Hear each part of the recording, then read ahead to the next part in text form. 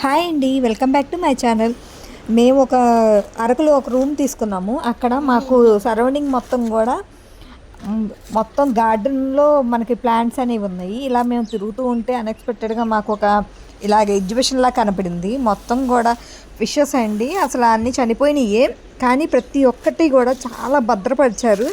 ఇలా అక్వేరియంలో అసలు ఎంత బాగుందో. ప్రతి ఒక్కటి షార్క్ ఉంది, ఫిషెస్ ఉన్నాయి, చిన్న ఫిషెస్ ఉన్నాయి, ఆక్టోపస్ ఉంది, అండ్ డ్రై ఫిషెస్ ఉన్నాయి, అండ్ ఇంకా డిఫరెంట్ ఫిషెస్ అనేవి కూడా ఉన్నాయి. కానీ కొన్ని అయితే మాకు కూడా తెలియని ఫిషెస్ ఉన్నాయి. ఈ చాలా బాగున్నాయి. కొన్ని అయితే క్రాప్స్ ఉన్నాయి. క్రాప్స్లో కూడా డిఫరెంట్ క్రాప్స్ ఉన్నాయి. ఒకటి పెద్దది ఉంది, ఒకటి చిన్నవి ఉన్నాయి. అసలు ఇవన్నీ కూడా చాలా బాగా భద్రపరిచారు వాళ్ళు. అసలు ఇలా పిల్లలకి కానీ ఎవరైనా వచ్చిన వాళ్ళకి ఇలాగా బయట నుంచి వచ్చేవాళ్ళు కూడా చాలా డిఫరెంట్గా ఫీల్ అవుతారు.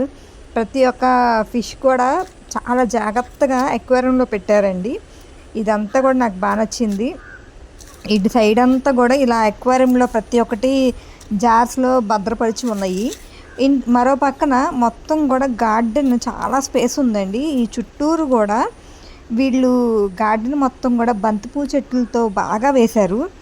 అసలు ఆ బంతిపూలు అయితే బాగున్నాయి. చాలా బంతిపూల చెట్లని, అదేంటి కనకాంబరాలు అండ్ మందార చెట్లు అయితే చాలా బాగున్నాయి. డిఫరెంట్ టైప్ ఆఫ్ మందార చెట్లు ఉన్నాయి. మేము ఇలా వెళ్తూ ఉంటే స్ట్రైట్గా మీకు ఒక చిన్న రూమ్ కనపడుతుంది కదండి, అదే మా రూము. ఇదంతా కూడా స్పేసే అండి. అసలు గార్డెన్ అయితే చాలా బాగుంది. మీకు ఈ వీడియో నచ్చుంటే కనుక please like and share and subscribe.